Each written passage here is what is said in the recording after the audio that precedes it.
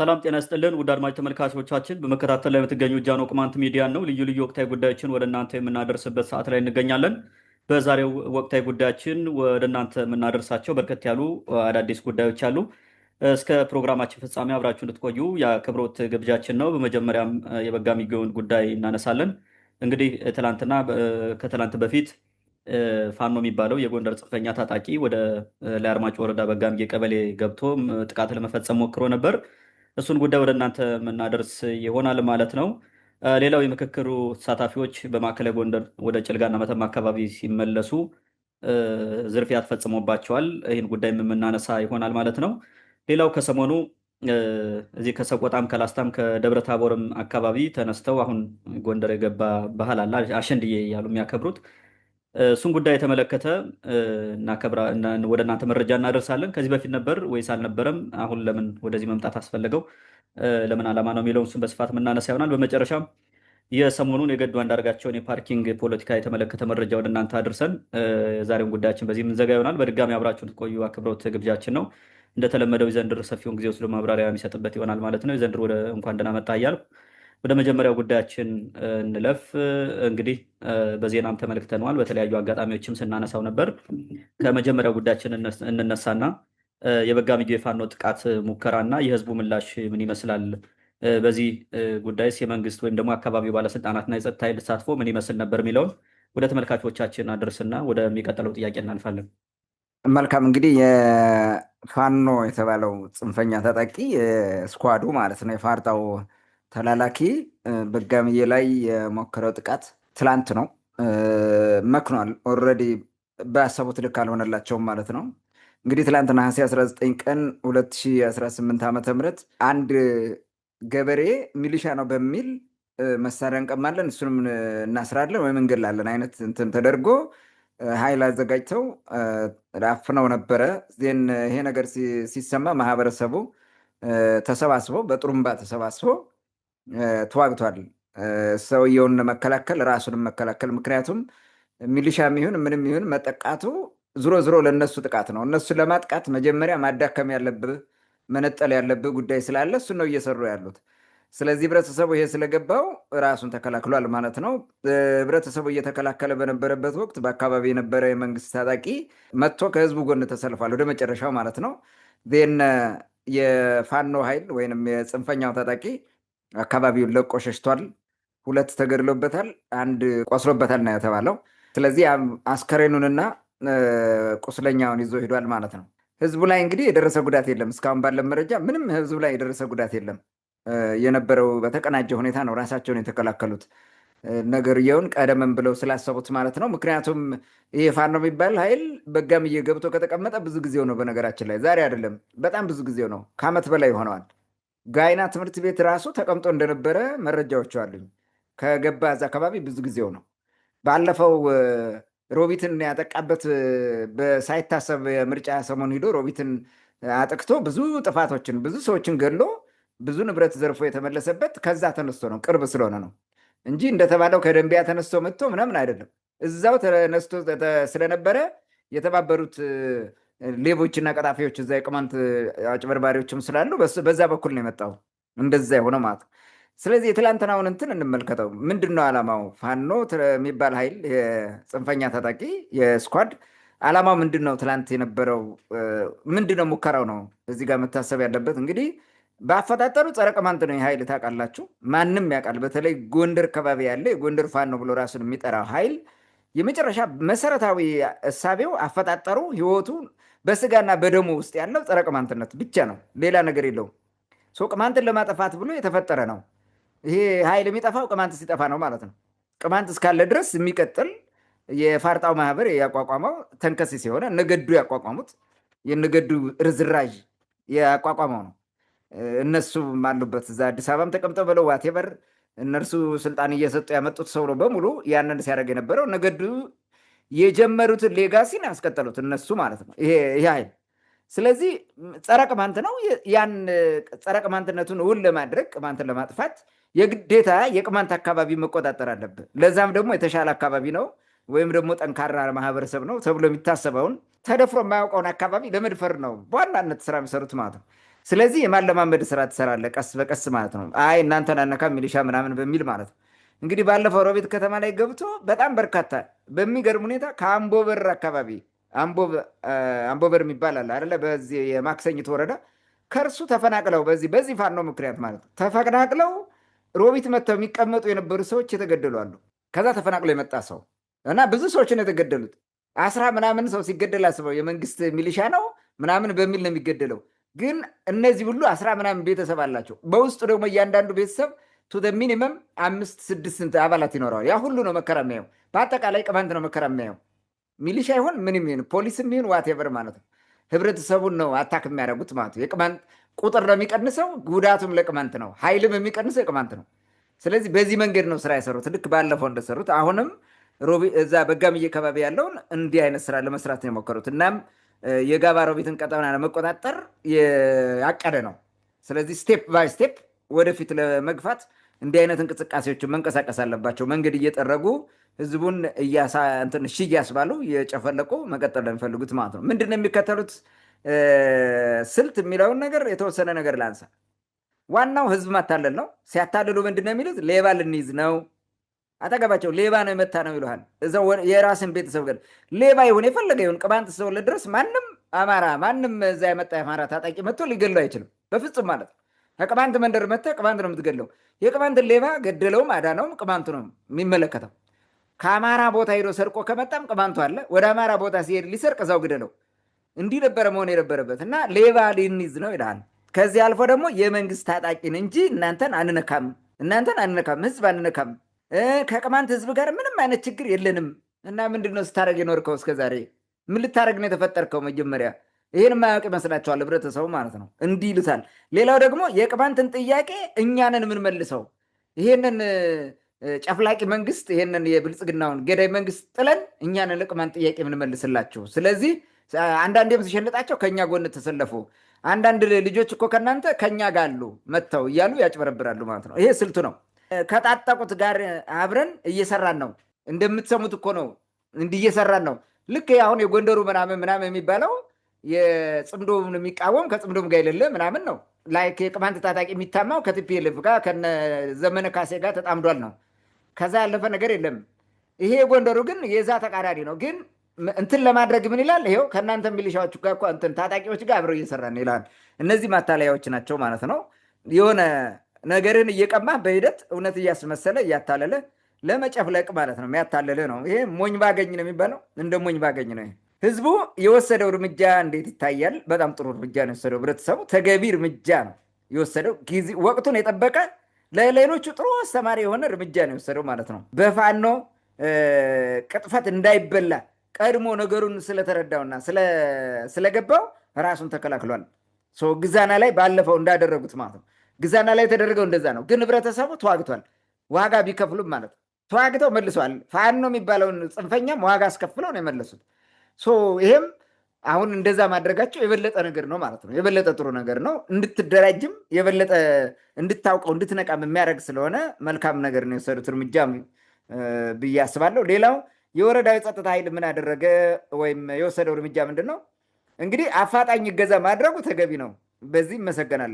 በአካባቢ የነበረ ታጣቂ ማለት ነው። በዛ በሮቢት ቀጠና የነበረ ታጣቂ ከህብረተሰቡ ጎን ተሰልፎ አብሮ ተዋግቷል። ዜን ፋኖን አባሯል ማለት ነው። አብሮ ሆኖ ከህዝቡ ጋር ሆኖ ይሄ ጥሩ ነገር ነው። በእውነቱ የሚመሰገን ነገር ነው።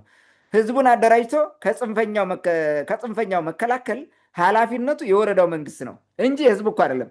በዋናነት ኃላፊነቱ የወረዳው ነው። ማስታጠቅ፣ ህብረተሰቡን ከጎኑ መቆም፣ ማትባት፣ ኃይል መጨመር፣ ማገናኘት፣ ማስተሳሰር ይሄ ግዴታ ነው።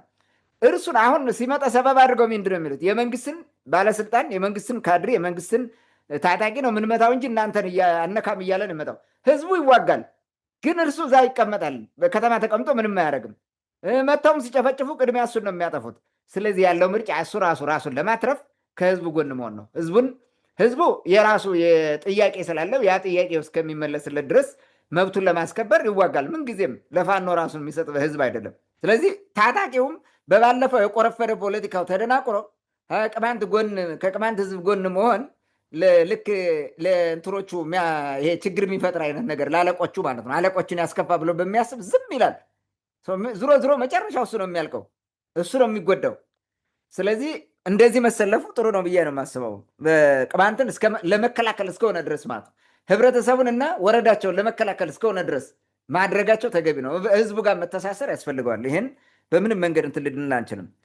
በድንበር ከባቢ አሁን በተለይ ይታወቃሉ። በጋምዬ፣ ጫጭቁና፣ ርንክ፣ አዲስጌ፣ ግዛና፣ ጋና፣ በረቅ የሚባሉት በጭልጋው አካባቢ ምን ልክ እንደዚህ ማለት ነው። ለአርማጭሆ እነዚህን በደንብ አድርጎ መስራት አለባቸው። ባለፈውም ችግር የተፈጠረባቸው በጭጋሆ አካባቢ ያሉ እንደ ጅሃ ምናምን የመሳሰሉትን እነዚህም እንትን ማለት አለባቸው። በእርግጥ በጅሃ በኩል በዛ ያለው ህብረተሰቡ እንዲህ አያደርግም። ህብረተሰቡ ምንም አያደርግም። በዚህ በደንቢያው በኩል ያለው ግን ችግሮች ሲፈጠር ዝም ብሎ እንትን አድርጎ አሳይቷቸዋል። በከፍተኛ ሁኔታ እየተደራጁ ያሉበትም አካባቢ በዛ ነው። ቅማንትን በተደጋጋሚ ሲጠቃ የኖረበት ላለፉት ከ2008 ጀምረ ማለት ነው በዛ አካባቢ ነው። ስለዚህ እንደዛ ስላለ በዛ ይታወቃል። በዚህኛውም ግን እንዲህ አይነት ነገር የለም። ዝሮ ዝሮ ግን እንዲህ አይነት ነገር እንዳይፈጠር በሁሉም አቅጣጫ ጥንቃቄ ያስፈልጋል ማለት ነው። ያንን ቢፈጽሙት ጥሩ ነው። ቀጣይ መደረግ ያለበት አንደኛ ህዝብን ማስታጠቅና ማደራጀት፣ ማስተሳሰር። ሁለተኛ ከቅማንት ምድር አንድም ፋኖ የሚባል ኃይል እንዳይገባ እንዳይኖር በዛ ምድር ማለት በፍጹም ማለት ነፃ የሚያወጣው አማራን ከሆነ ከአማራ ምድር ሆኖ ይዋጋ። ከኛ መሬት በምንም መንገድ ሊመጣ አይገባም በፍጹም ማለት። ህብረተሰቡም ወረዳውም ይህን መስራት አለበት። ባለስልጣን የሚባለው ማለት ነው ከሚደናቆር ህዝቡን አስፈልቶ እሱ መበላቱ ላይ ቀር ከሚጃጃል ከወዲሁ ስራ ቢሰራ መልካም ነው ብዬ አስባለሁ። ህዝብም ራሱ ይጠብቋል እርሱን ራሱ በሌላ ጊዜ ማለት ነው። ሜይ ቢ ይሄም እኮ እንትን መክፈያው ሊሆን ይችላል፣ ካሳ የሚከፍልበትም ሊሆን ይችላል። ቅማንትን ህዝብ ሲበድል የኖረ ካድን ነው ተሰብስቦ በቀጣይ የተሻለ ነገር ይኖራል። ከዚህ በፊት ለበደለው ራሱ ካሳ ነው። ከህዝብ ጎን መቆም የሚያክል ነገር ስለሌለ ማለት ነው። ሶስተኛ በውስጥ ያለን ሌባ ማጥፋት አለበት። ተባብሮ ሌባ መኖር የለበትም በፍጹም ቅማንት ውስጥ ማለት ነው። በቃ ውስጥ ያለ ሌባ ካጠፋ ፋኖን እየጎተተ ያመጣብህም በሚያውቀው መንገድ እየመራ የሚያመጣው የህዝቡን ስነልቦና ያለውን ሁኔታ መረጃ የሚሰጠው ይህ ኃይል ነው። ስለዚህ ይህን እንደምንም ተደራጅተ ማጥፋት ነው። ሌባን ምናምን ጆሮ ጠቢን ማሳደድ ያስፈልጋል ማለት ነው። በመጨረሻም የመረጃ ልውውጥን አጠናክሮ መቀጠል እና ራስን መከላከል መልካም ነው ለማለት ነው ሞክረው። ታንኪ መልካም ለሰጠን መረጃ ከልብ አመሰግናለሁ። እንግዲህ በጋምጌውን ጉዳይ የሌላውም አካባቢ በተለይ ወደ ወገራ ጫፍ እንደዚሁም በዚህ በጃኒካው በአይነቷም አካባቢ በጎንደር ዙሪያም በጭልጋም እንደዚሁ በመተማም በተመሳሳይ ህዝቡ ተግባራዊ ያደርገው የበለጠ ያዋጧል። በተናጠል ከማለቅ በጋራ በመከላከል ጠላትን መመለስና ራስን መጠበቅ ተገቢ ነው ማለት ፈልጋለሁ። ከዚህ በፊት በተደጋጋሚ ምን መደረግ አለበት በሚል ተነጋግረንበታል። በተለይ አሁን ላይ የመንግስት እዛ አካባቢ ያለው ባለስልጣን በዚህ ጉዳይ ተሳትፎ ማድረጉ የጸጥታ ኃይሉ ከህዝቡ ጎን እንዲሆን ማድረጉ ለወደፊቱ የተሻለ ለውጥ እንዲመጣ ያደርጋል ብዬ አስባለሁ። በዚህ መቀጠል አለባቸው። ችግሮቻቸውን እየፈቱ በደንብ መነጋገር፣ ህዝቡ ደግሞ በደንብ የሚያደራጀው አይዞ የሚለው ነው የሚፈልገው እንጂ ያን ያክል ብዙ ድጋፍ የሚፈልግም አይደለም። ስለዚህ ህዝቡና መንግስት አንድ ላይ ቢሰሩ ለአካባቢው ደህንነት የተሻለ ነው የሚል መልእክት አለኝ። ወደሚቀጥለው ጥያቄ እንለፍና ምናልባት ይህ ነገር የተፈጸመው በዚህ በኛው ቀጠናም ስለሆነ እንግዲህ ከምክክሩ የነበሩ ተሳታፊዎች ወደ ቦታቸው ሲመለሱ በማዕከላዊ ጎንደር አይምባ ነው ምናምን የሚባል አካባቢ ዝርፊያ ተፈጽሞባቸዋል፣ የታገቱም አሉ ይላል። ይህን ጉዳይ የፈጸመው ማን ነው ማለት የዘረፋቸውም ያገታቸው ማን ነው? ምን ተወሰደባቸው ማለት የተወሰደባቸው ንብረት ምንድን ነው? ይህን ያደረገው አካልስ ዓላማው ምንድን ነው? እገታው የተፈጸመው በህዝብ ማመላለሻ ሲሄዱ ነው የሚልም አለ። ምናልባት እነዚህን ሰዎች መንግስት ካነሳበት ቦታ መልሶ የማድረስ ኃላፊነት የለበትም ወይ የሚለውን ጠቅለል አድርገህ ብታነሳው። ወደ አንተ ልምጣ። መልካም እንግዲህ የብልጽግና መንግስት በምክክሩ ችግሮችን ልፈታ ነው ፈትቻለሁ ምናምን ነው የሚለው። ግን ያልተመካከሩ ሰዎች ደግሞ እንደዚህ ተመካካሪዎችን መንገድ ላይ ጠብቀው አገቷቸው ወይም ዘረፋቸው ማለት ነው። በጣም በሚገርም ሁኔታ እኛም ምክክሩን ስንተች የነበረው ምክክሩ አካታች አይደለም፣ የአንድ አካል ነው፣ የአንድ ወገን ፖለቲካ ነው፣ የብልጽግና ፖለቲካ ለማራገብ እንጂ ለህዝቡም ለሀገርም ታስቦ አይደለም። ምክንያቱም እንደዛ ከሆነ መመካከር ያለባቸው እና መታረቅ ያለባቸው ከነዚህ ኃይሎች ጋር ነው፣ ከወያኔው ጋር፣ ከዚህ ከጽንፈኛው የአማራ ታጣቂ ጋር፣ ከሌላውም ጋር ነው። እንደዛ ነፍጥ አንስቶ ከተነሳው ጋር ነው መሆን ያለበት። አገርም ሰላም የሚሆነው እሱ ነው። ስለዚህ አገርን ሰላም ልናደርግ መክረናል ያሉ ሰዎች ከታገቱ በምንድን ነው እንግዲህ ሰላም የምንሆነው? በጣም አስቸጋሪ እኮ ነው። ለማንኛውም እንግዲህ የምክክሩ ተሳታፊዎች በብዙ መከራ ነው ወደዚህ የመጡት ከአዲስ አበባ ራሱ ማለት ነው። አበል የሚሰጡት ዘገይቶባቸው ትኬት ሲቆረጥላቸው የአውሮፕላን ትኬት ይመስለኛል ብዙ ውጣ ውረዶች ነበሩ። በአግባቡ አለመድረስና በርካታ ነገሮች ነበሩ እንደሰማሁት መረጃ ማለት ነው። ብልጽግና ሰብስቦ ከተጠቀመባቸው በኋላ ብዙም ጣጣ የለውም። አሁን ታገተ አልታገተ ምን አገባው እሱ ፖለቲካውን ነው ሰርቷል። በቃ ሌላ ነገር የለውም። እንደዛ ነው ያደረገው ይመስለኛል። እና ያ ትልቅ ችግር ነበረ። እንግዲህ ትላንት ነሐሴ 19 ቀን 2018 ዓመተ ምህረት በህዝብ ማመላለሻ ሲጓዙ ነው እንግዲህ የህዝብ ማመላለሻ አውቶቡስ ሲሆን ሚኒባስ ሲሆን አላወቅኩም፣ ግን 9 መኪናዎች ነበሩ ተሳፍረው የሄዱት የመጀመሪያው ዙር ማለት ነው። በ9 የህዝብ ማመላለሻ መኪና ተሳፍረው ሲሄዱ ከጎንደር አዘዞ ተነስተው ወደ መተማና ወደ ጭልጋ እየተጓዙ ነበሩ። በዛ አካባቢ የመጡት ማለት ነው። የምዕራብ ጎንደርና የማዕከላዊ ጎንደር ወደዛ የሚሄደው አጠቃላይ ተሳፍረው ሲሄዱ ነው ችግሩ የደረሰው ማለት ነው። እና ድርማ ላይ ነው ጥቃት የተፈጸመው። ድርማ ማለት በአይምባና በአዘዞ መካከል ያለ ወንዝ ነው። የአርሴማ ከጭልጋ ዙረን አመጣን ብለው ገዳም ሰራን የሚሉበት ቦታ ማለት ነው። ገዳሙንም አይፈሩትም። እዛ በጣም የሚገርመው ማለት ነው እዛ ላይ ነው የተዘረፉት ሰዎቹ ማለት ነው። እንትን የተደረገው አስቆማቸው። ዜን እያንዳንዱ ሰው ተፈተሸ። ያለው ሞባይል፣ ገንዘብ፣ በሻንጣ የያዘው ልብስ እና ጥሩ ንብረት ነው የተባለ በሙሉ ሌላም የተገኘ ነገር ወርቅ የሚያሰረ ምናምን በሙሉ ተዘርፏል። ይህን ወሰዱ ማለት ነው ጠራርገው። ከዛ በተጨማሪ ደግሞ መርጠው የሚፈልጉትን አግተዋል ነው። የታገቱት ሰዎች ምን ያክል ቁጥር አላቸው ምናምን የሚለው እሱ አልታወቀም፣ ግን የታገተ ሰው አለ፣ ታግቶ የተወሰዳለ ማለት ነው። እና አባወንበሩ ቢገኙ ይሄ ነገር ሆኖ ነበር ማለት ነው። አክቹዋሊ አልነበሩም እዛ ውስጥ እነሱ አልነበሩም። ቁጥሩን ለማጣራት ሞክረን ነበረ። የታገቱ ሰዎች ምን ተባሉ እሱ መረጃ የለንም ለጊዜው ማለት ነው። ሌላው ሁለተኛ ዙር እገታና ዝርፊያ የተፈጸመው ዛሬ ነው ሐምሌ 20 ቀን 2018 ዓ.ም ጠዋት እንግዲህ እና አባወንበሩ የሚሄዱበት ነው እሱ ማለት ነው። ቀድመው ነው የሄዱት እና አባወንበሩ። በአጋጣሚ ከኋላቸው መከላከያ የነበረ እነሱ ከሚሄዱበት መኪና መከላከያ ነበር አብሯቸው ይመስለኛል። አልፈዋል። እነሱ ምንም ነገር አልሆነም። ከነሱ በኋላ ሲመጡ የነበሩ 2 መኪናዎች የህዝብ ማመላለሻ ናቸው። ታገቱ እነሱ ማለት ነው። ተያዙ። ልክ እንደ ትላንትናው ተደረገ ማለት ነው። ተዘረፉ። ታግተውም የተወሰዱ አሉ ማለት ነው። ሜይ ቢ በቀጣይ ደህና ብር ያመጣሉ የሚሏቸውን አግተው ይወስዳሉ፣ ወይም እርምጃ ሊወስዱባቸውም ሊሆን ይችላል። ዊዶን ነው። እንደዛ ነው የተደረገው። ይሄኛው እገታና ዝርፊያ የተፈጸመው ከትላንትና ቦታ አይደለም። ከአይምባ አልፈ ወደ ጓንግ ስትሄድ ያለ ሜዳ አለ። በዛ አካባቢ ነው እንትን ያሉት። ከአይምባ አልፎ ባለው ቦታ ላይ ነው 2 መኪና ሙሉ ሰው የተዘረፈው ማለት ነው። እንግዲህ የታገቱት ምን ያክል ናቸው? ይሄም እንደ ትላንትናው ቁጥሩ አይታወቅም። እገታውና ዝርፊያው በቀጠናው የሚንቀሳቀስ ፋኖ የተባለ ኃይል ነው የፈጸመው። ፋኖ ይሄ አሁን በዚህ በጋምየም በጋናም በግዛናም ጥቃት የሚያደርሰው ኃይል ማለት ነው።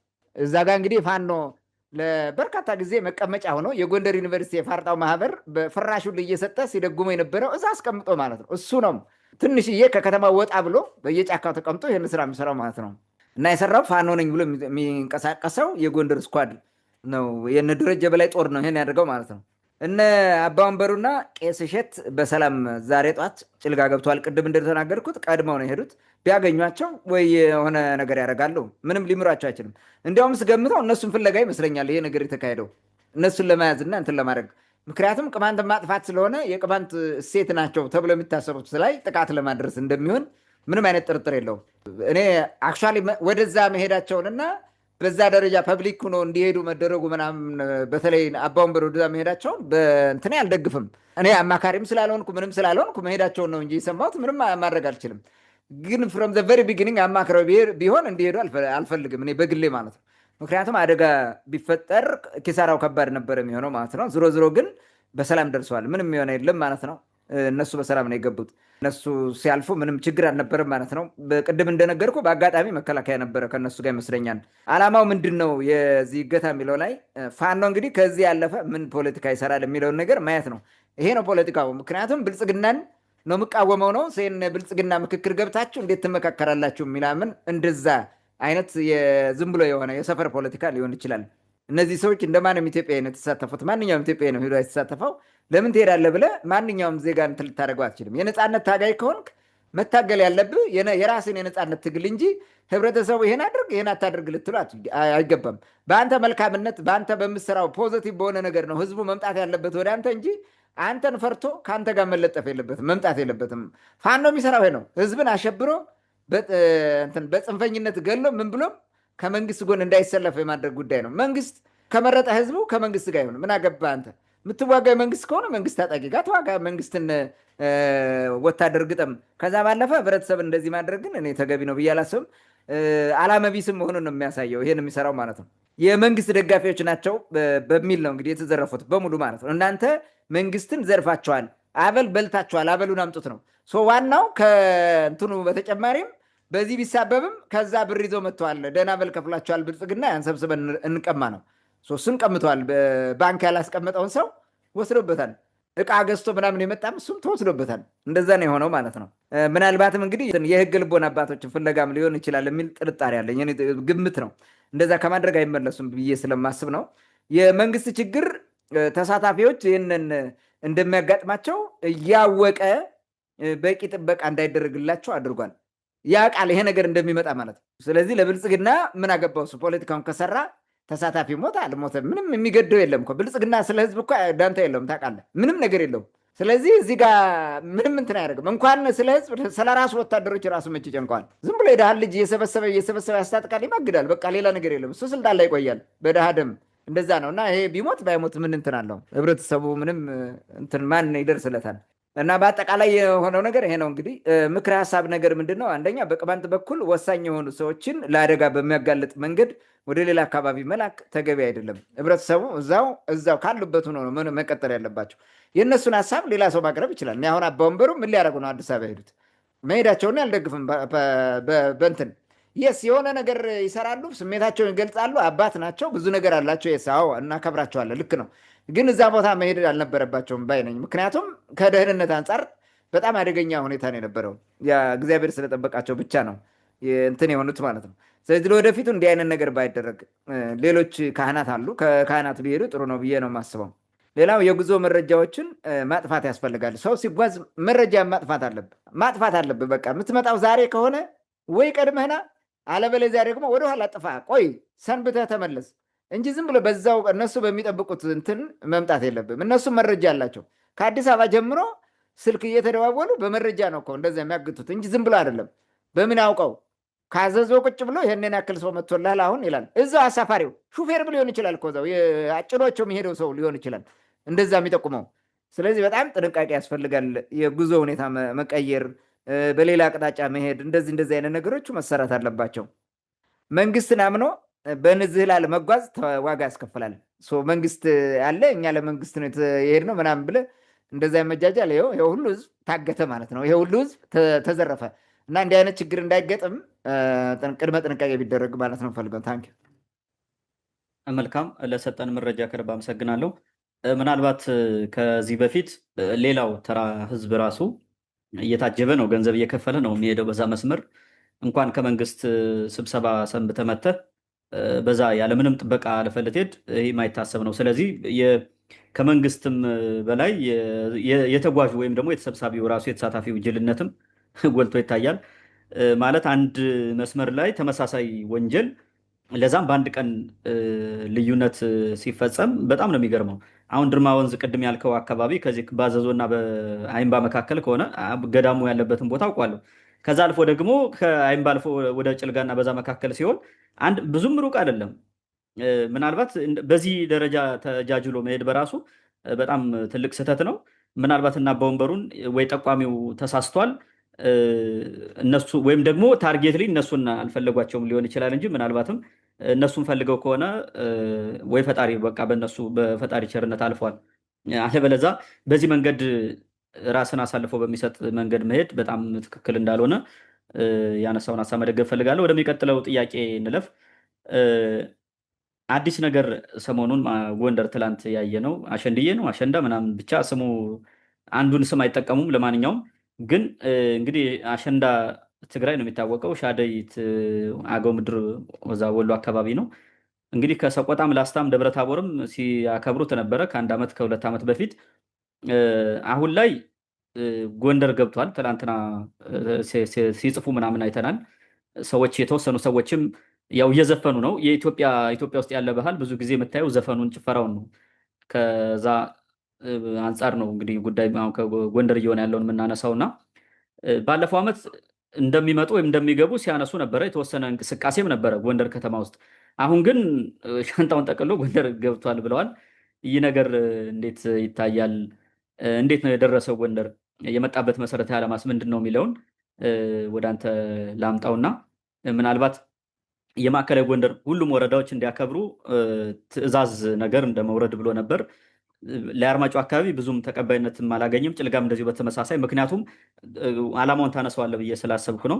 ግን የሆነ በግለሰብ ደረጃ ጭልጋ አንዳንድ የሚያስቁ ነገሮች አይቻለሁ። አሸንድዬ እያከበርን ምናምን የሚሉ ልጆች ያው ማለት ይህ ነገር አያስቅም፣ እንደ ቀልድ መታየት የለበትም። አንድ ሰው ሁለት ሰው ነው ነገሩን ያመጣዋል። ከዛ እያደገ ሄዶ ነገ እንትን የሚሆነው እና ወደዛ አካባቢ የህዝቡን ስሜት ለመረዳት ሙከራ ያደረጉበት ሁኔታም አለ። እንደ አጠቃላይ ግን ይህን ጉዳይ ጠቅለል አድርገህ ብታነሳ ወደ አንተ ልምጣ።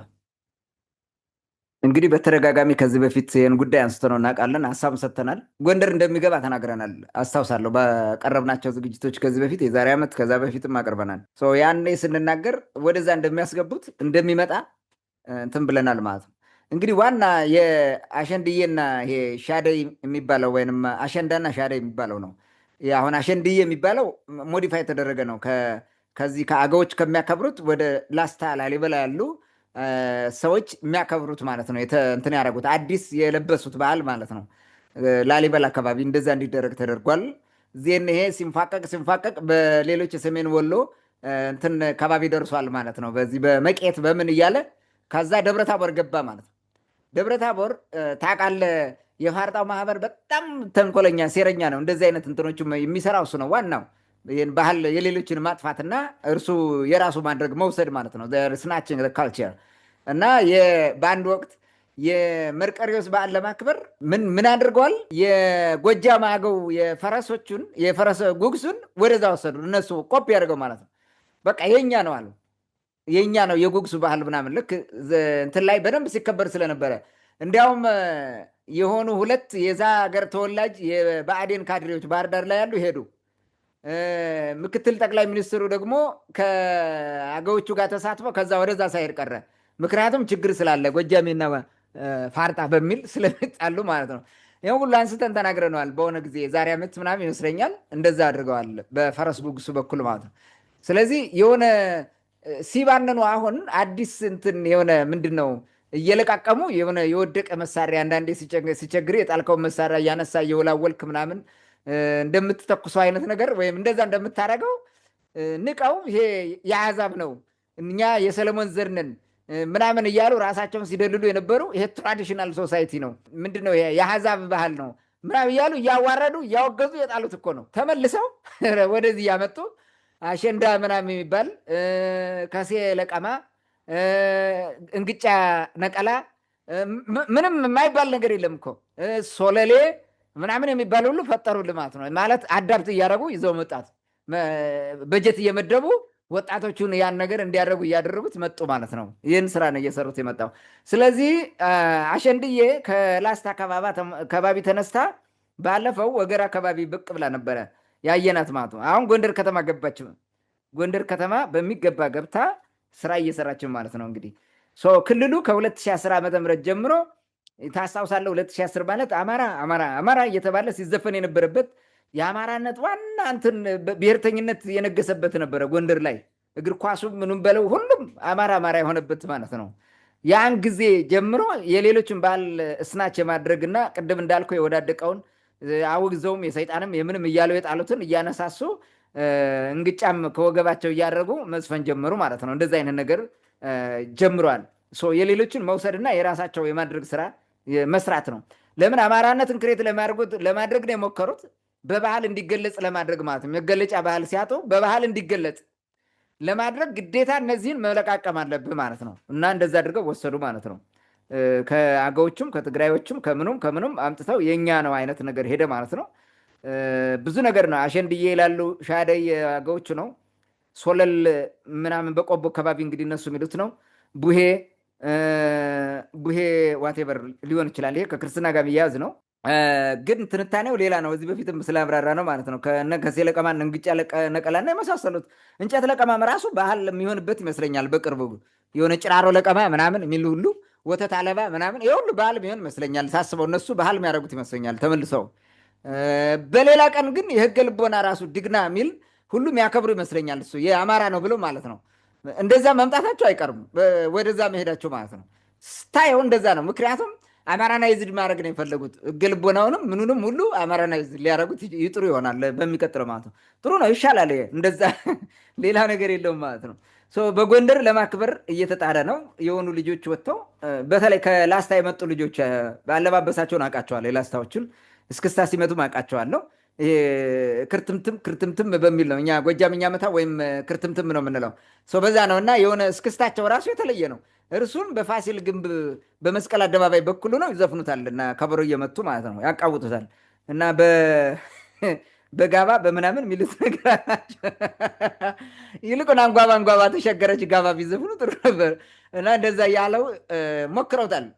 እዛ ማለት ለሌላ ቦታ ነው የመጡት። የፀጉር ስራቸው፣ ቀሚሳቸው፣ አለማበሳቸው በሙሉ ይታወቃል። ሌላ ደግሞ ሌላ ቡድን ሴት ደግሞ ወጣቶች ማለት ነው ተሰባስበው ተደራየ እንትን ብለው የሚዘፍኑ አሉ። ዘፈን ማለት ነው የእነሱ እንግዲህ ምንድን ነው የሚሉት? የምን ልጅ ነኝ በማተብ ውልዳኝ የወገራ ልጅ ነኝ ምናምን የሚል ነው ዘፈኑ። እና እስክስታውም የጎንደሬ ነው። ወደ ላይ መዝለል ነው። እነዚህ ከዛ አካባቢ የተፈጠሩ ናቸው። አብረን በራሱ አይደለም። እነዛኞች እኮ ትንሽ የሆነ ነገር አለው፣ ሚጥም ነገር አለው፣ የሆነ ሪትም አለው፣ የሆነ ነገሩ የሚያደርጉት ማለት ነው። አችን ለምደውታል። እነዚህ ዝም ብለህ እብድ ነው የሚመስሉት፣ ምንም ነገር አያውቁትም። ሰው እንደዛ ያደርጉታል ማለት ነው። ጎንደር ላይ እንደዛ ህዝቡን እንዲያረክ ማሳየት ማለት ነው። እኔ ጎንደር እዛ ተወልዶ ያደገ የኖረ ሽማግሌ ግን የንሳይ ምን ይላል? እነዚህ ልጆች ምን ሆነው ነው አብደው ነው ምናምን ግራምጣ ከወገብ አስረው የሚዘፍነው? ከየት አመጡት? የትግሬ ይመስል ወይ አገው ይመስል እንደሚል እርግጠኛ ነኝ። እንደዛ አይነት ነገር ነው ወደዛ እንትን እያደረጉት ያሉት ማለት ነው። ይሄ በነገራችን ላይ በጀት ተይዞለት ነው። ልክ ግዕዝን ከትግራይ ጋር በገቡት የኔ ነው እንትን የራሳቸው ለማስባል በትምህርት ቤት እንዲሰጥ አዋጅ አውጥተው በመንግስት መስሪያ ቤት በኩል አዋጅ አውጥተው በግዴታ ትምህርት እንዲማረ እንዳደረጉት ማለት ነው። ይሄንም እንደዛ ነው፣ በግዴታ ነው። ሁሉም ወረዳ አሸንድዬን ማክበር አለበት ነው። መተማም ይገባል፣ የትም ቦታ ይገባል፣ አይቀርም እንደዛ መደረጉ ማለት ነው በየአመቱ። ይሄ ያው የቀውሱ አንዱ ውጤት ነው ማለት ነው። ለመሆኑ የነዚህ ጭፈራዎች መሰረት ምንድን ነው? አሁን ባህል እንኳን ባህል ብዙ ነገር ነው፣ ግን ይሄ ጭፈራ ምንድን ነው? እንትኑ መሰረቱ ምንድን ነው የሚለውን ነገር ማየት ያስፈልጋል። ለዚህ በፊት ያነሳ ነው ቢሆን ማለት ነው። እንግዲህ ነጥቦቹን ላንሳና ከማን ጋር ይገናኛሉ የሚለውን ነገር የእንትን መሰረት የታሪክ መሰረታቸውን ለማንሳት ማለት ነው። ከየት ነው የመጣው ይሄ የትግራይም በለው የአገዎችም በለው አሁን ደግሞ አማራ የኔ ነው ብሎ የሚሰራውም በለው ከየት ነው የመጣው መሰረቱ ምንድን ነው የሚለውን ነገር ማንሳት በጣም ጠቃሚ ነው። አንደኛ ሁሉም ወቅታቸው ተመሳሳይ ነው፣ የተለየ ቦታ የለውም። ሻደይም በለው አሸንዳም በለው አሸንድዬ ብለው የሚያከብሩትም በለው ከሴለቀማ ግራምጣ ነቀላ የሚሉት ይሄ ምንድን ነው እንግጫ ነቀላ የሚሉት ተመሳሳይ ነው። ኖ ዲፍረንስ አትሆን ወቅቱ ማለት ከዚያ ጨዳ ነው ዋቴቨር ያሉት ተመሳሳይ ነው። ምንም እንትን የለውም፣ ልዩነት የለውም። ኦኬ አንድ በል ወቅቱ ክረምት ከነሐሴ በኋላ ነው የሚደረገው ማለት ነሐሴ ወር ላይ ነው የሚያደርጉት የሚያከብሩት ማለት። ስለዚህ ይሄንን መመልከት አለብህ። ከምን ጋር የተገናኘ ነው? ከዝናብ ጋር ከእርጥበት ጋር የሆነ ነገር አለ። ነሐሴ ደግሞ ምንድን ነው? ነሐሴ ኢዝ ኮሊንግ አፖን መስከረምን የሚጠራ ነው። ለውጥ አለ፣ መሸጋገር አለ አይደለ? ሁለተኛው ደግሞ ምንድን ነው? ከቀጤማ አሸንዳ የሚባለው ቅጠል ጋር የተያዘ ነገር፣ አደይ አበባ፣ እንግጫ፣ ግራምጣ ምናምን የሚባሉት ጋር የተገናኘ ነው፣ የተያዘ ነው። ሁለት በል ለምለም ነገር ጋር የተያዘ ነው ማለት ነው። ሁለት ሶስተኛው የሆነ የሚያሻግሩት ነገር እንዳለ ለውጥ የሚመጣ ተስፋ የሚደረግ ነገር እንዳለ ያሳያል ልምላሜው እና ነሐሴ ላይ መሆኑ ለውጥ ትጠብቃለህ ማለት ነው። ኒው ይር ኢዝ ካሚንግ። ምንድነው የአዲስ ዓመት ምን ይዞ ነው የሚመጣው? ማን ነው ያንን የለወጠው? የዘመኑ መለወጫ ዛ እንዲሆን የተደረገው መቼ ነው? ለምንድን ነው የመጣው የሚለውን ነገር ማየት አለብህ ማለት ነው። እነዚህን ስትመለከት ከማን ጋር ይገናኛል? አሁን ልብ በል ወሎ ያሉት ከድንግል ማርያም ጾም ይሄ ፍልሰታው ጋር ይገናኛል። የእሷ ትንሣኤ እንትን ከማለቱ ጋር ሚያያዝ ነው ብለው ነው ከዚህ በፊት የሚያደርጉት ማለት ነው። ዘፈኑን ራሱ የቅዱስ ላሊበላ ቤተ ጊዮርጊስ ላይ ሂደው ሲዘፍኑ ምናምን ታያለ፣ ላሊበላ አካባቢ ያሉት ማለት ነው። እንደዛ ነው የሚያደርጉት። ስለዚህ ይህን ከምን አገናኝተውታል? ከክርስትና ጋር። ኦኬ አሁን ያነሳሁት ነገር ቅድም ያልኳቸው 3 ነገሮች ከክርስትና ጋር ይያዛሉ? አያዙ። ምንም ነገር የሚያስተሳስራቸው ነገር የለም በዚህ በኩል ማለት ነው። ኦኬ ሁለተኛ ከኦሪት ጋር ይያያዛል? ከኦሪት ጋር እንዳንል እንግዲህ ከኦሪት ጋር ማን ነው የሚመጣው? ታቦተ ጽዮን። የትግራዩ ደግሞ ከታቦተ ጽዮን ነው እንደዚህ የምናደርገው፣ እንዲህ አድርገን ምናምን አሸንድዬን እንደዚህ እያደረግን እናከብራለን ብላ እንዴት ስትናገር ነበር። እኔ ኮሜንት አድርጌያለሁ እሱን በተመለከተ ማለት ነው። ስለዚህ ከኦሪት እምነት ጋር እንትን ይያያዛል አብሮ፣ በዛ ምክንያት ነው የሚሉት። እንደዛ ከሆነ ለምንድን ነው እድሜ ልካቸውን ታቦተ ጽዮንን ሲጠብቁ ሲቀድሱ ሲባርኩ የኖሩ ዛሬም በዛ ሃይማኖት ያሉ ህገ ኦሪታውያን እስራኤል የሄዱ ወንድሞቻችን ቤተ እስራኤላውያን ለምን አያከብሩትም? በምንም ኮንሴፕት ውስጥም የለም፣ ህሊናቸው ውስጥም የለም ማለት ከኦሪት ጋር የሚያገናኘው የለም። የትግራዩም መሰረቱን አያውቀውም፣ የአማራውም መሰረቱን አያውቀውም። አገዎቹ መሰረቱን አያውቁትም፣ ረስተውት ነው። እነሱ ያውቁታል፣ ረስተውት ነው፣ ትተውት ማለት ነው። በዓሉን ግን በሚገባ ያከብሩታል እነሱ። ነገር ግን አያውቁትም፣ እንትኑን ማለት ማስታወስ አይችሉም። እነሱ ባለቤቶች ናቸው የምር ማለት። በእርግጥ የላስታዎችም እኮ ባለቤቶች ናቸው ለዛ በዓል ማለት ነው። ምንም ችግር የለበትም እሱ። ማንኛውም እዛ ቅማንት የነበረ በህገ ልቦና ስርዓት የነበረ ይህን አሳምሮ ነው የሚያውቀው፣ በደንብ አድርጎ ነው የሚያውቀው። የኖህን ቅዱስነት ተቀብለው የኖህን ጾም የሚጾሙትና ኖሃዊ የሆኑ ሰዎች ከዛ ስርዓት የመጡ በሙሉ ያውቁታል። ይሄን ማንም ጥሎት ካልሄደ በስተቀር ማለት ነው። ስለዚህ ከህገ ልቦና ጋር ነው የሚገናኘው ማለት ነው። ህገ ልቦናው ለምንድን ነው ካልከኝ፣ አንደኛ ነሐሴ 1 ጀምሮ ጾም ይጾማል። ዛሬም እየጾሙ ነው። መቼ ነው የሚገደፈው? መስከረም 1። መስከረም 1 ግድፍት ነው። መስከረም 1 የዘመን መለወጫቸው ነው። መስከረም 1 እነ ኖህ ከውሃ ወጥተው መሬት የረገጡበት ወቅት ነው።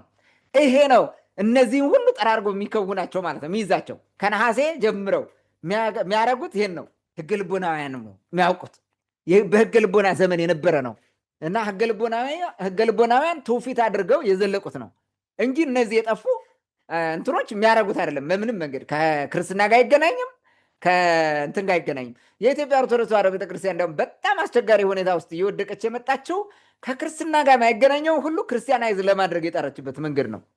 ለምሳሌ ደመራው ውሰደው፣ ከመስቀል ጋር ለማገናኘት የሞከሩት ውሰደው፣ ሌሎችንም በጣም ብዙ ነገሮችን አድርገው ማለት ነው። የግንቦት ልደታን ውሰደው። የግንቦት ልደታ ፋዛን የሚባል የልምላሜ በዓል የሚከበርበት ነው። ማንም ህዝብ ያውቀዋል። ጥንታዊ ቅማንት የነበረ ህዝብ በሙሉ ያውቀዋል። አማራው በለው ሁሉም ያውቀዋል። በዛ ጊዜ የሚዘፈነው ዘፈን እንዳይመስል ከተማ ላይ የግንቦት ልደታ እርድተው ከውጭ እንደ ጉድ 3 ቀን ሁሉ ይዘፍናሉ። እኔ እዛ የጎንደር ዩኒቨርሲቲ መምህራን መኖሪያ ውስጥ ነበርኩኝ። ጆሮዬ ነው የሚተረተረው። በቃ ማያደርጉት እንትን የለም። ድግስ ማለት እንደዚህ አይነት ነገር እንትን አመጡት ማለት ነው። የሚሰሩ ስራ ብዙ ነገር ነው እንትን የሚለው። መቼም ዘፈን ከሃይማኖት ጋር በተለይ ከዚህ ከክርስትና ጋር ይሄዳል ብለህ ሌሎችም ጋር አይሄድም። እንደዛ አድርገህ እንትን ማሰቡ ራሱ ጤነኛ ነው ብዬ አላስብም። ስለዚህ ይሄ ነው በዋናነት እንግዲህ ለምንድን ነው የሚከበረው ይሄ ነገር? የቆዩበትም ቆይተው ጾሙን እነዚህ ይቀበሏቸዋል። ምንድን ነው የሚያደርጉት? መስከረም 1 ላይ ከነበረው መርከቧ ውሃ ላይ ነበር የቆመችው ማለት ነው። ይውጣቸዋል። ወርደው መሄድ አይችሉም። የያዙትን እንስሳ ማሻገር አይችሉም። እስከሚጎድል ቆይተዋል። እስከሚጎድል የቆዩበት ጊዜ ውሃው እያነሰ ነው የሚመጣው። ከመሬት ወደ ባህሩ እየሸሸ ነው የሚመጣው። በዛ ጊዜ ምን እየሆነ ነው የሚመጣው? ለምለም እየሆነ ቦታው ማለት ነው። ቀጤማ በቀጤማ ይሆናል። አበባዎች አደይ አበባ ያለ ሌሎችም ግራምጣ እንግጫዎቹ ምናምን በሙሉ ያድጋሉ ማለት ነው። ምን ያደርጋሉ እነሱ? ያኔ እየጣሱ ነው የሄዱት። ስለዚህ ይሄ እንግጫ አሁን ይሄ አረንጓዴ ቅጠል ከወገባቸው የሚያስሩት ምኑ ያንን ማስታወሻ ነው። እየጣሱት የተሻገሩትን ማለት ነው።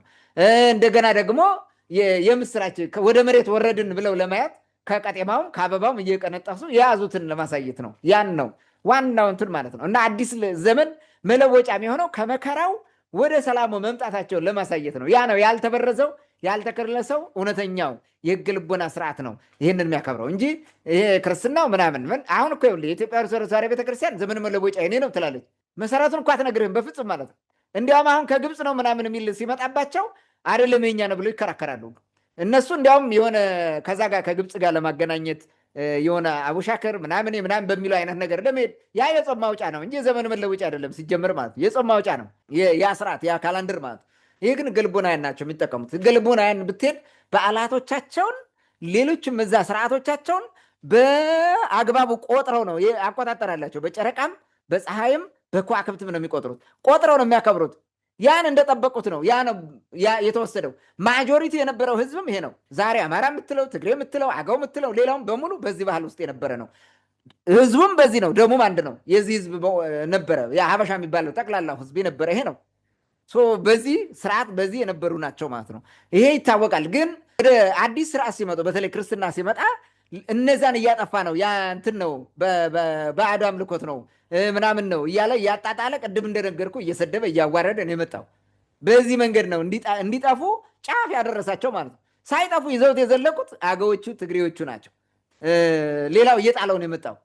ምናልባት ላስታ አካባቢ ይኑር አይኑር ብዙም እንትን እርግጠኛ አይደለም። ሊኖር ይችላል። ትራዲሽናል በሆነ መንገድ በገጠር አካባቢ ሊኖር ይችላል።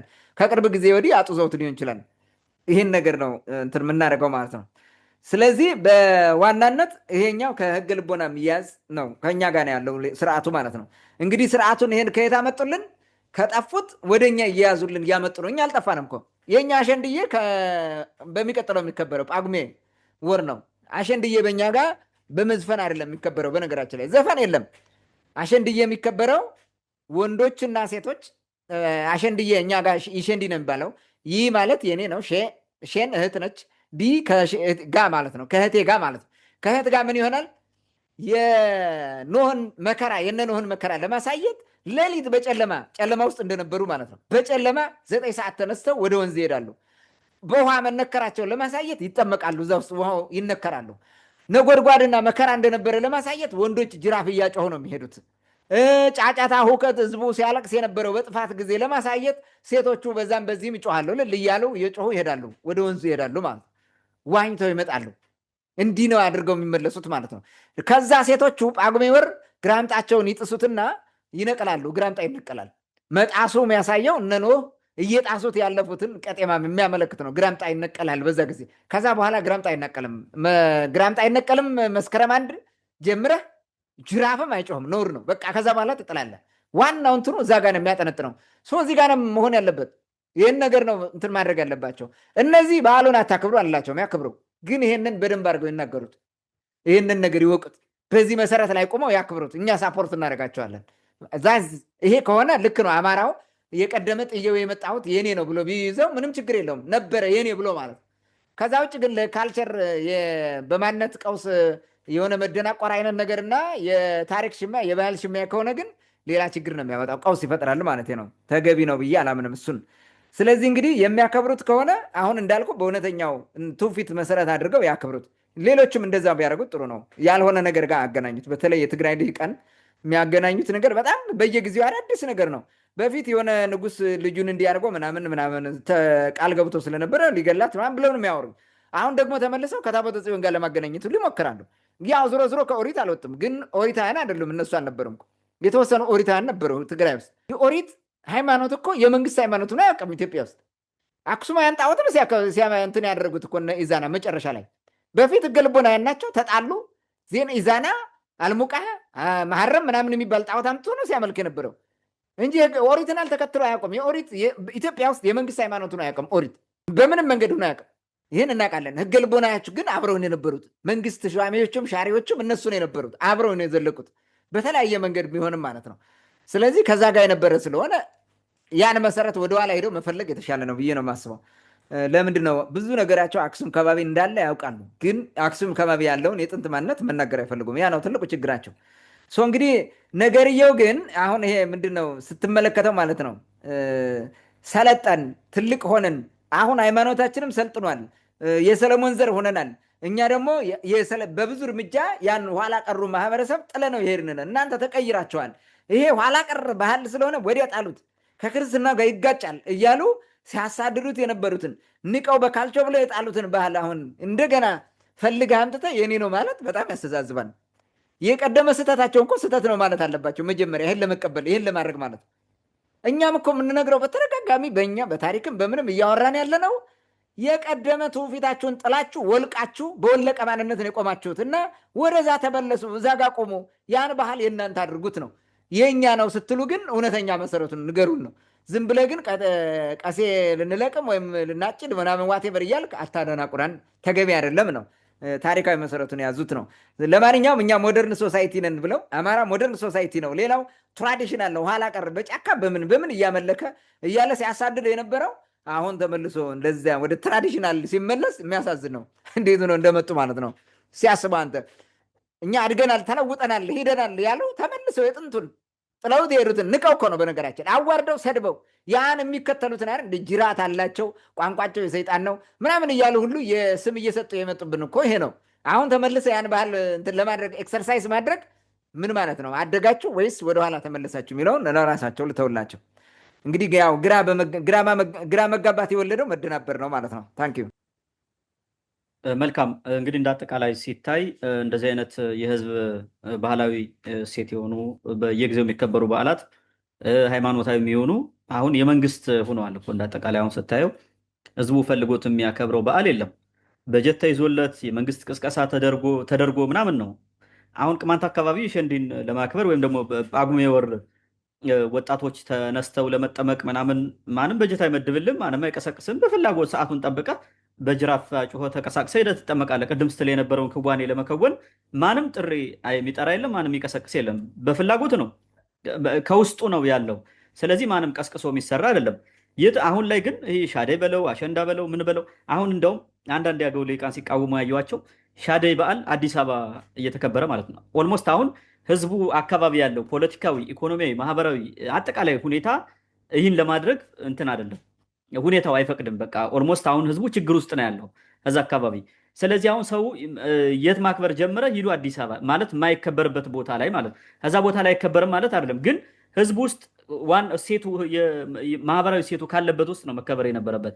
ስለዚህ እዛ ጋር ሄደው እያከበሩት ነው ማለት ነው። እዛ ሄደህ ስታከብር ደግሞ የመንግስትን ድጋፍ ትጠይቃለህ፣ ቦታ ታስፈቅዳለህ፣ እንደፈለግክ አይደለም። ከዛ ግን ቦታ ማስፈቀድ የለም። ለምሳሌ ወደ እኛ ስትመጣ ሄደህ ማህበረሰብ ውስጥ የሆነ ወንዝ ለመጠመቅ የምታስፈቅደው ሰው የለም። በቃ ማንም ይከለክልህም የለም። እና አንዳንዴ አሁን በቃ የፖለቲካ መስሪያ ሆኗል። የክልሉ መንግስትም ይህን ሲያደርግ በጀት ይዞ ነው። ቅድም ያነሳው እንደውም ይህ ጎንደር ላይ ሲጨፍሩ የነበሩትን ሰዎች አንዳንዱን ትልልቁን ሰው ምናምን እንደዚህ በስተት ወይም በምን ካሜራው ሲገባ ስታየው የሆነ እንግዳ ነገር እንደሆነ ትታዘባለህ። ፊቱ ላይ የሆነ የራሱ እንዳልሆነ ያሳብቅበታል፣ ይሆን ይስቃል፣ ወይም ደግሞ ያፍርበታል፣ ወይም ደግሞ የሆነ እንደ አዲስ ነገር ተገርሞ ነው የሚያየው። ምክንያቱም አያውቀውም፣ አዲስ ነገር ነው፣ ለማላመድ እየሞከሩ ነው ማለት ነው። እና እዛ መጥተው እንትን የሚሉ ሰዎች አንዳንዴ አካባቢውንም ለመልመድ ይቸገራሉ። ይህ አሁን የሸንዲ ሲከበር ብታይ ግን ማንም ጆሮ አይሰጥም። እዛ ወጥተህ ስትጨፍር ቢያይ ወይ አድንቆ ወይ ደግሞ ዝም ብሎ አልፎ ነው የሚሄደው። ምክንያቱም ራሱም ስለሚያደርገው አዲስ ነገር ስላልሆነ ህዝቡ ውስጥ ስላለ እና አንዳንዴ ለነገሮች ትኩረት የሚሰጠው አዲስ ነገር ሲሆን እንደሆነም መገንዘብ ያለብን ይመስለኛል። እንደ አጠቃላይ ግን በኢትዮጵያ ውስጥ ያለ የህዝብ ባህል አሁን የፖለቲካ መጫወቻ ነው። የሆነ ፕሮግራም ይዘጋጃል፣ መንግስት መጥቶ እዛ ላይ መልእክት ያስተላልፋል። ይህን የምታመቻቸው ደግሞ ቅድም እንዳልከው ብዙ ጊዜ ሃይማኖታዊ ከሆነ ቤተክርስቲያን ናት። ይሄ የታወቀ ነው። የመስቀል በዓል ቀን መንግስት ምን እንደሚል፣ የጥምቀት በዓል ቀን መንግስት ምን እንደሚል፣ በየበዓላቱ ምን እንደሚተላለፍ ስለምናውቅ ማለት ነው። ይህ የሚደበቅ ሚስጥርም ስላልሆነ በዚህ ጉዳይ በተደጋጋሚ ተነጋግረንበታል ማለት ነው። እንደ አጠቃላይ ግን በቀጣይ እርግጠኛ ነኝ የሸንዲ በዓልን በተመለከተ ከጳጉሜ 1 ወይም ደግሞ ነሐሴ መጨረሻ ጀምሮ እስከ መስከረም 1 ድረስ ፕሮግራም የምንሰራበት አጋጣሚ ይኖራል ብዬ አስባለሁ። በዛን ጊዜ ጠብቁን ለማለት ያክል ነው። ወደ መጨረሻው አንድ ጥያቄ ላንሳና የዛሬው ውይይታችን በዚህ እንዝጋ። ሌላ የሰሞኑ የገዱ አንዳርጋቸውና የመንጋዎቹን የፓርኪንግ ፖለቲካ ብንመለከተው ያው መነጋገሪያ ሆኗል ማህበራዊ ሚዲያ ላይ። እንግዲህ መጀመሪያ ቪዲዮው ተቀርጾ ማህበራዊ ሚዲያ ላይ ሲለቀቅ ለማሸማቀቅ ወይም ደግሞ በሰውየው ላይ ለመቀለድ ይመስል ነበረ። በሂደት ግን ማህበራዊ ሚዲያ ላይ ያለው ሰው ትልቅ አጀንዳ አድርጎታል። ደጋፊና ተቃዋሚም ፈጥሯል። እኛም እንደ ሚዲያ ከዚህ ከደጋፊውም ከተቃዋሚውም ጎራ ለይቶ ከሚከራከረው ኃይል በመነሳት በዚህ ጉዳይ ሀሳባችን ብንሰጥ የተሻለ ይመስለኛል። እንደ ሚዲያ በእኛ በኩል ማለት ያለብንን ማለት ነው። እውነት ሰውየው ቸግሮት ነው ወይስ ሌላ ዓላማ አለው? እንዳጠቃላይ አንዳንዴም በሱ በኩል የሚደግፉት ሰዎች ደሳለኝ ጫኔ ምንድነው ከፖለቲካ ራሴን አግልያለሁ ሲል ጎፈንድሚ ከፍተን መኪና እንግዛለት የሚል እንቅስቃሴ ነበረ። እሱን ለማድረግም ስራ የጀመሩ ሰዎችም ስላሉ ይህን ጉዳይ ግን እንዳጠቃላይ እንዴት ታየዋለህ የሚለው ወደ አንተ ላምጣውና አጠር ያለ ሀሳብ ስትበትና የዛሬ ውይይታችን በዚህ እንዝጋ። መልካም እንግዲህ ሰሞኑ የነገዱ አንዳርጋቸው የፓርኪንግ ፖለቲክስ ምንድን ነው? ሁለት ነገሮች አሉ፣ ሁለት አካላት አሉ። አንደኛው የብልጽግና ነው፣ ጸረ ገዱ የሆነ ብልጽግና ቡድን አለ። ከዛ ደግሞ ገዱ ደግሞ የተጫወተው ፖለቲካ አለ። ያን ፖለቲካውን ደግሞ ተጠቅሞ መንጋውን ከጎኑ አሰለፈው ማለት ነው።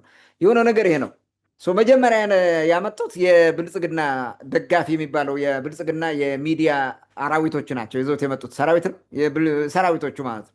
እነሱ ናቸው ይዘውት የመጡት ወደ ገዱን ለማጣጣል፣ ለማናነቅ፣ ለማዋረድ ተብሎ ነው የተሰራው እሱ ማለት ነው።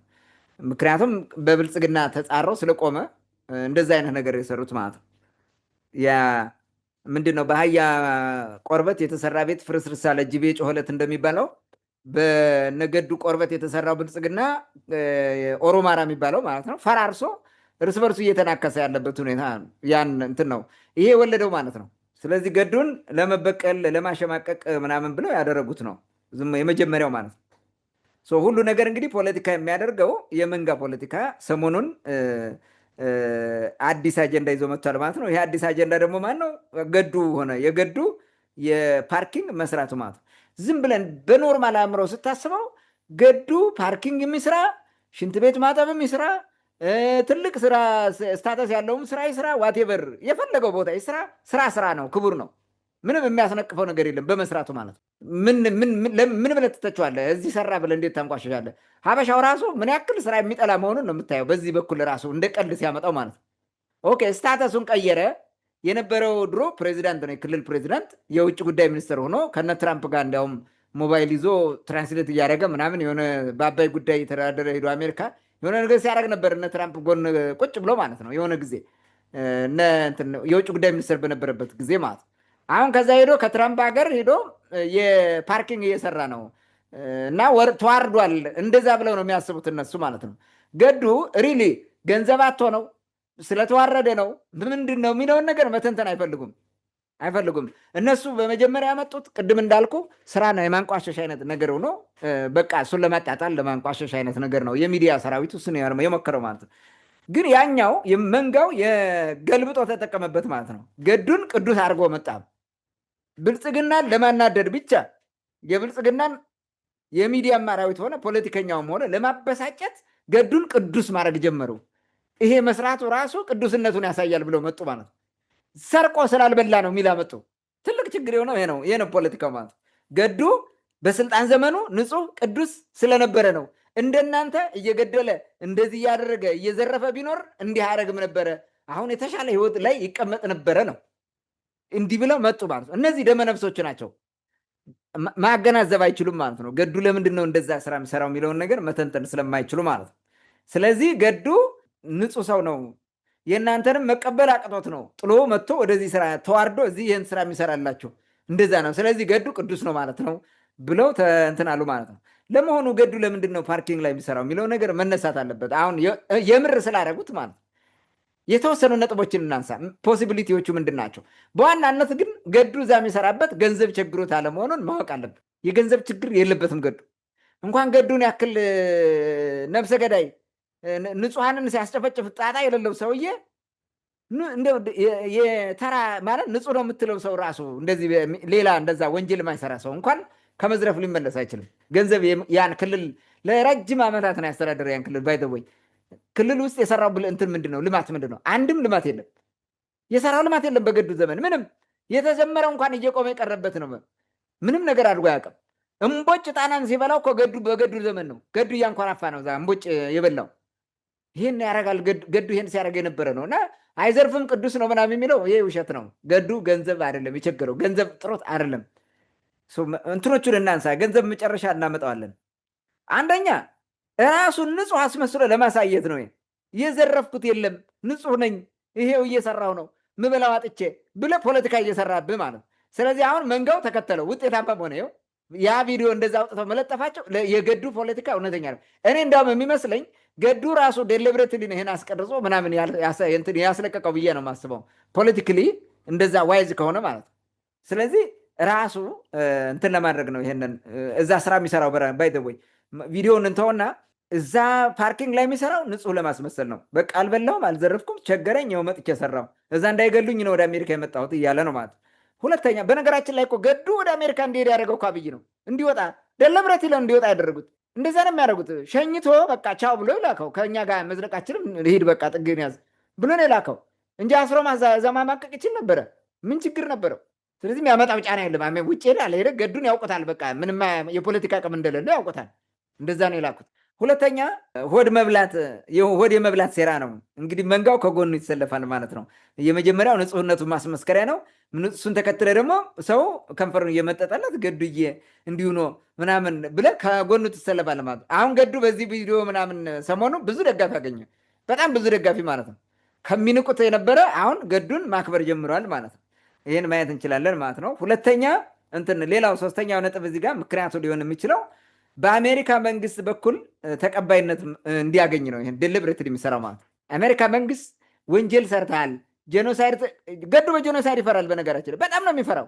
የቅማንቶች ላይ የተፈጸመው ጄኖሳይድ አምነስቲ ኢንተርናሽናል እንትን ያለው ገዱ በነበረበት ዘመን እኮ ነው። ታስታውስ ከሆነ ገዱ እኮ ሂዶ በአውሮፕላን ሂዶ ምንድን ያደርገው አታስታውስም? በሄሊኮፕተር ሂዶ ሸሄዲ ሂዶ ያናገረው እነ እንትናን ያሰማራው እሱ ነው።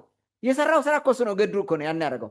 ያ ደግሞ በዓለም አቀፍ የሰብአዊ መብት ድርጅት ተመዝግቦ ያለ ነው። እጠየቃለሁ የሚል ትልቅ ስጋት አለው፣ ፍርሃት አለው ማለት ስጋት አለው። ዘርፏል። ሀገርም ዘርፎ ነው ወጣው። የፈለገውን ያክል ዘርፎ አዘርፎ በልቶ ነው። በዘመነ ወያኔ ደግሞ ያልበላ እንዴ? ለዛም ብልጽ የብአዴን እንትን ሆነ ማለት ዘርፏል። ስለዚህ በዚህ እንዳይከሰስ ይፈራል፣ ስጋት አለው። ምክንያቱም በቀላሉ ኢትዮጵያ አይደለም ያለው አሜሪካ ነው። ማንም ሰው ይይዘዋል በፈለገው ማለት እንደዛ እንዳይሆን የአሜሪካንን ልብ ማራራት ነው። ሌላ በቃ ይሄ ምንም የለውም አልበላም ማለት ነው። አታዩትም እንዴ ምናምን እንዲባል ማለት ነው የሚሰራው። ለዛ ነው በፍጹም ቸግሮት አይደለም ገዱ የሚሰራው ስራ ማለት ነው። ይሄን ማየት እንችላለን። ሌላው አራተኛው እንትን ደግሞ ምንድነው? ብልጽግናን ለማሳጣት አብሮ ለውጥ ያመጣን ሰውዬ እንዲህ አደረገው። ብልጽግና ጨካኝ ነው እንዲህ አድርጎት ተብሎ በዚህ ደረጃ ማቋቋሚያ እንኳን ሳይሰጠው የሚበላው አቶ እንደዚህ እንዲሆን አደረገው ተብሎ ብልጽግና ላይ ጥላቻውን የበለጠ እንዲያሳድግ ገዱ እንዲሆነው አማራ በመሆኑ ነው እና አብይ እንዲያደርጉት ኦሮሞ በመሆናቸው ነው የሚለውን የአንጡ ዘት ለማሳደግ የበለጠ ይሆንለታል ማለት ነው። ይህንን የሚያደርጉት ካልኩሌት ተደርጎ የሚደረግ ነገር ነው። እዛ የገባበት ምክንያት ማለት ነው። አምስተኛው የተዘረፈውን በልቶ እስኪጨርስ ማለት ነው። እስከሚጨርስ ምን መሆን አለበት? ገዱ በህይወት መሆን አለበት። እድሜው እየገፋ ነው አይደለ? ስለዚህ ጤንነት የኮሌስትሮል ምናምን እንዳይመጣበት ምን ማድረግ አለበት? ስፖርት መስራት አለበት። ቁጭ ብለህ ከቤት ተዘፍዝፈህ ከዋልክ ስትበላ ትሞታለህ። ስለዚህ በራሱ ስብ ታንቆ እንዳይሞት ግዴታ የሚንቀሳቀስበት ስራ ያስፈልገዋል። ገዱ ሌላ ትልልቅ ስራ አቶ አይደለም። ምክንያቱም እርሱ መሬት የሰጣቸው በነፃ ቅማንትን ለማስጨፍጨፍ አብረው ሲሰሩ የነበሩ የቀኝ እጁ ሆኖ ያገለገላቸው ብዙ ትልልቅ ዲያስፖራዎች አሉ። ሚሊዮነር የሆኑ በዶላር ደረጃ ማለት ለገዱ አይደለም ለሌላ ስራ ያገኛሉ። ይህን ታሳብ እንትን ብለህ ከሆነ ሰምተው ከሆነ ትንግርቱ የሚባለው ሰውዬ ገዱ እኮ ስራ ከፈለገ እኔ አሁን ትልቅ ስራ ላሰጠው እችላለሁ ከማውቀው ዲያስፖራ ለአንዱ ነግሬያለሁ። ይሄ ችግር አይደለም ማለት ነው። ዴሊብሬትሊ ነው የገባው ያ ቦታ። ለምን ቁሞ ነው የሚንቀሳቀሰው? ወዲያ ወዲህ እያለ ጆለል ሲል ይውላል ማለት ነው። ቀኑ መኪና በእጁም በዚህም እያደረገ ስፖርት ነው የሚሰራው ባይ ዘ ወይ። ስለዚህ ለጤንነት ነው ያ ስራ፣ ለጤንነት የተሻለ ቦታ እሱ ነው። በዛም ደግሞ ፖለቲካው አለ ቅድም ያልኩ ማለት ነው። እንደዛ ስለሚያደርግ ኤክስፖዠሩ አለ ለብዙ ሰው ተጋላጭ እንዲያደርገው ማለት ነው። ይህንን ነው የሚሰራው ገዱ ማለት ነው። ከዚህ ውጭ እንግዲህ የመጨረሻው አሁን የምትመጣው ምናልባት ገዱ ኢንኬዝ ገንዘብ ቸግሮት ነው ብለን ብናስብ ማለት ነው። እንደዛ ብለን እናስብ ይቻላል። እውነትም ገዱ በቃ የሆነ ሰርቫይቫል ኦፍ ዘ ፊተስት የሚባለው ነው። አሁን ፊት ለማድረግ ነው፣ ከኤንቫይሮንመንቱ ጋር ሰርቫይቭ ለማድረግ ነው። ኑሮውን በቃ ጉሮሮ ሊዘጋ ነው ምንን በተራ ዝም ብለህ በቀጥታ የፌስ ቫሊዋ ላይ ያለችውን ነገር ወስደን መናገር እንችላለን። ገዱ በዚህ ደረጃ ነው ማለት ነው። ግን ይሄ አይደለም። እነዚህ 6 ነገሮች ግን አሉ። አብዛኛዎቹ እውነት ናቸው እዚህ ውስጥ ያሉት ማለት ነው። ገዱ መጀመሪያ ያነሳቸውና አሁን እስከ 5ኛ ደረጃ የዘረዘርኳቸው እዛ ውስጥ ያለ ነው እና ገዱ ስራ ፓርኪንግ ላይ የገባበት ምክንያቱ ይሄ ነው። ፓርኪንግ ውስጥ መስራቱ ፖለቲክስ ነቲንግ ኤልስ፣ ሌላ ስራ እንትን ውስጥ ያልገባበት ምክንያት ማለት ነው እንጂ ከዛ የበለጠ ድርጅት ያላቸው ሰዎች ሞልቶ የለ እንዴ? ሀብታሞች እኮ ሞልተዋል። በአንድ ወቅት ባህር ዳር ላይ ሄደውን ይሄ ጎንደር ህብረት አባል የነበረ ወደል ቅማንት ወደኋላ ሄድና ፎቶቸውን አምጥተን ብንለጥፈው ማለት ነው። ቅማንትን ለማጥፋት ጠርቷቸው አሜሪካ ሲሄዱ እንዴት አድርገው ነው ተቀብለው ያስተናገዱት? ሽር ጉድ ብለው ተኝተው ተነስተው ወድቀው ያስተናገዱት እነሱ ብቻ እኮ ይበቁታል። ምን ችግር አለው? ካላቸው አንዱ ድርጅት መቅጠር ነው ወይ ደግሞ የሆነ ድርጅት ከፍቶ ይሰጡታል። ምን ችግር አለው? እስ ኖት ፕሮብለም። አማራው በኩል ያለውን ደግሞ አምጣው ባለውለታው። ከአፍተር ኦል ከዚህ ሁሉ በላይ የፋርጣው ማህበር እኮ ዋና አባል እኮ ነው ገዱ። ሚስቱ የገዛይ ወርቄ ልጅ ናት። ገዛይ ወርቄ ደግሞ የመላኮ ተፈራ ዘመድ ነው። እዛው ደብረታቦር ተወልዶ ያደገ እዛ የመጣ ማለት ነው። ጎንደር ላይ ቀይ ሽብር ሲመታ የነበረው ይሄ አስመቸው ማለት ያንን ደግፍ እርሱም ጋፋት ነው፣ እነዚህም ጋፋት ናቸው። እንዲህ የሚያደርጉት ዋና ቀንዳሞቹ ማለት ነው። ስለዚህ እነዚህ ትልቅ እንትን ያደርጉለት ነበረ፣ ባለውለታ ናቸው፣ ስራ ይሰሩለታል። በፍጹም ገዱ ገንዘብ ችግር የለበትም። ኔቨር ኤቨር አደጋ ላይ ነኝ ብሎ ስለሚያስብ ተጠርንፎ እንዳይመለስ ሌላም ነገር እንዳይሆን ስለሚሰጋ በወንጀል ስለሚጠየቅ ነው፣ ስለሚፈራ ነው እዛ የሚደናበረው። ሌላው ቢቀር ብናልፍ አንዱ ዓለም ዝም ይለዋል። ብናልፍ አንዱ ዓለም ጋፋት ነው፣ የጎጃም ጋፋት ነው፣ ወንበርማ ጋፋት ነው፣ ይሄ የዋርላ ደላንታ ጋፋት ነው። የፋርጣው ጋፋት ደግሞ በአንድ ላይ ሆነው ነው ይችን ክልል በጭንቅላታ ሲያጠዟት የኖሩት ማለት ነው። አብረው ያኛው ምክትል ፕሬዚደንት አድርጎ ሲገዛ የነበረው ገዱ ዝም ብሎ ነው። ብናልፍን ሌላ ሰው ለምንድን ነው ከጎጃም ሌላ ምክትል ፕሬዚደንት ያላመጣው? ለምንድን ነው ብናልፍን ያደረገው? መርጦ ብናልፍ የአሜሪካ አምባሳደር ነው። አሁን በብልጽግናው ብዙ ነገር ሊያደርግለት ይችላል። በጣም ብዙ ነገር። ኦኬ አሜሪካ አባረራለሁ ሲል ነበር የትራምፕ መንግስት። ይህንን ገዱን ለምንድን ነው ያላባረረው? ሰው በዛ በኩል በብልጽግና እንትን ብሎ በአምባሳደሩ በኩል የሚሰራው ስራ ይኖራል። ዊኖዛ ገዱ ያልተባረረበት መንገድ ለዛ ሊሆን ይችላል። አይ ሌላ ነገር እኮ አይሰራም፣ ይኸው ሰርቶ በሌ ነው ምናምን የሚለውን ነገር እንትን ለማምጣት ነው እዛ የሚሰራው እንጂ እነ ብናልፍ ሁሉ ትልቅ ነገር ያደርጉለታል። በነገራችን ላይ ከነ ብናልፍ ጋር እኮ አልተጣላም። ኔቨር የተጣላበት መንገድ የለም። ስለዚህ ገዱ ገንዘብ አጥተው ነው ምናምን የሚለውና ይሄ ቅዱስ ለማድረግ ሰው እንትን አላለም እንዴ? ቅማንት ስንት ነው የጨፈጨፈው? ስንት ነው ያስገደለው ቅማንት? ይሄ ደመኛ የሆነ ሰውዬ ነው። እጁ በደም የተነከረ ነው በንጹሐን። የጉምዞች ጭፍጨፋ ውስጥ ሁሉ እኮ አለበት፣ የገዱ እጅ አለበት። በሴራ ሌላ ነገር ለማስመሰል ይሞክራል እንጂ እና ከዚህ ወጥቶ ሌላ ነገር ያወሩበት መንገድ በጣም ዝም ብሎ እንትን ነው የሚሆነው ማለት ነው። ሰው ገዱ የገንዘብ ችግር በፍጹም የለበትም። የሚያደርገውም ፖለቲካ ነው። ያ አሁን የነገርኩ ማለት ነው። የገዛ የወርቅ ያማች እንዴት ሆኖ ነው ጨካኝ ነብሰ ገዳይ ዘራፊ ነውጠኛ የሆነ ሰውዬ ያ ሁሉ ህዝብ እንዴ ኢትዮጵያን መሰቃቀላት እኮ ገዱ ነው። ጎንደር ላይ አይደለ እንዴ ኢትዮጵያ ማፍረስ የተጀመረበት የተሄደበት ማለት ነው። አታስታውስም እንዴ ሰኔ እንትን ሐምሌ ላይ ምናምን 2008 ላይ ያን ሁሉ የማውራውን ጭፍጨፋ ያመጣው እሱ ነው። ከዛ ቀጥሎ የነበሩ ጭፍጨፋዎች ነው። የወልቃይቱን ችግር የፈጠረው እሱ ነው። ይሄ ሁሉ ምስቅልቅል ውስጥ የከተተው እኮ ገዱ ነው።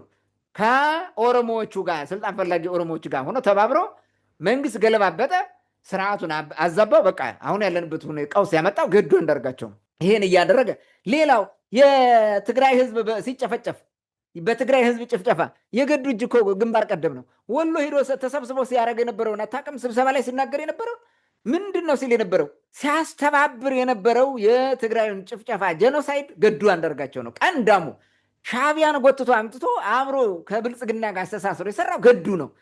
ይሄ ሰውዬ አሁን ምንም ነገር የለውም ብትል ወይም ከደሙ ንጹህ ነው ብትል ተገቢ ሊሆን አይችልም። አይሰጋም ብትል ይሰጋል። በጣም ነው የሚፈራው ተንቀጥቅጦ ማለት ለምን ይጠየቃላ፣ ይከሰሳል። የክስ እንትኖቹም ሂደቶች እንዳሉ ያውቃል። ያንን ለማላዘብና ለማስቀረት በዓለም አቀፍ ማህበረሰብ ፊት የወረደ ነገር እየሰራ ያለ ደካማ ሰው እንደሆነ ለማድረግ ነው እንጂ ገዱ ቸግሮት እንዳልሆነ በዚህ ማወቅ እንችላለን ማለት ነው። ገዱ በትክክልም የገንዘብ ችግር ቢገጥመው ኑሮ ቅድም እንዳልኩ ሌላ ስራ ይሰራ ነበረ። የተሻለ ከዚህ የተሻለ ማለት ይሰራ ነበረ። እንግዲህ ይሄንን ትዕግስቱ እንደተናገረው ቅድም እንዳልኩ ማለት ነው። ወዳጆቹም ብዙ ይረዱት ነበረ። ይሄንን ነው ማለት የምፈልገው። ሌላው በወንጀል እንዳይከሰስ ነው ያልኩ እሱ ነው ዋና ነገሩ፣ መሰረታዊ ነገር እሱ ነው። እናም ብልጽግናው የገዱን ሴራ ስላወቀ አባሮታል። ስላባረረው ደግሞ ሲባረር እዛ ሄዶ ይጠየቃል። ምክንያቱም የገዱን ደህንነት መጠበቅ የነበረበት ብልጽግናው ነው። አብሮ አደጉ፣ አብሮ ወንጀል ሰሪው፣ አብሮ መንግስት አፍራሹ፣ አብሮ መንግስት መስራቹ ነው። ተላላኪ ነኝ እያለ ሲዘፍን የነበረው እነ ገዱ ናቸው። ያን ማድረግ ነበረበት። አሁን ምን ሆነ ማለት ነው? ፊሽ አውት ኦፍ ሲ ሆነ፣ ከውሃ የወጣ አሳ ሆኗል ማለት። ስለዚህ ምንድነው አሳው እንደምንም ሰርቫይቭ ማድረግ አለበት፣ ፕሪተንድ ማድረግ አለበት። ገዱ ኢዝ ራይት ናው ፕሪተንዲንግ፣ በቃ ምንም ነገር የሌለው አስመስሎ እያጭበረበረ ማለት ነው። እሱን ነው እያደረገ ያለው እንጂ በፍጹም ገዱ ቸግሮት አይደለም። ይሄ ግን በካውንተር ፖለቲክስ የሄደበት ማለት ነው። አሁን የብልጽግናው መንግስት ገዱን እናቃጥልበታለን እናዋረድበታለን ብሎ እንትኑ የመጣው ካውንተር ፖለቲክስ ፈጠረ፣ ተቃራኒና ለገዱ የሚጠቅም ሆነ ፖለቲካው ማለት ነው። አሁን ብዙ ደጋፊ ያገኘ ገዱ። ኮንግራጁሌሽን ገዱ። በዚህ በኩል ማለት በጣም ብዙ ደጋፊን ያገኘው የመንጋው በዚህ በአማራ ሊቅ በኩል ያለው መንጋ በሙሉ ሳፖርት አድርጎት ቆመ ማለት ነው። ከአንዳንዶቹ ውጭ ማለት አንዳንዶቹ በሲሪየስ የሚተቸው አሉ። ገዱ ኮድ ምንም የተማረ ስላልሆነ ምንም ስለማያውቅ ነው እንጂ እንደነ ለማ መገርሳ የተሻለ ስራ ትልልቅ ደረጃ ይገባ ነበረ። መንግስት ባለስልጣን ሆኖ እዛ የነበረ ምናምን እንዴት ወድቆ ይቀራል? ይሄ ምንም ነገር ስለማያውቅ ነው፣ ገንገበት ሆኖ ነው የሚሉም አሉ።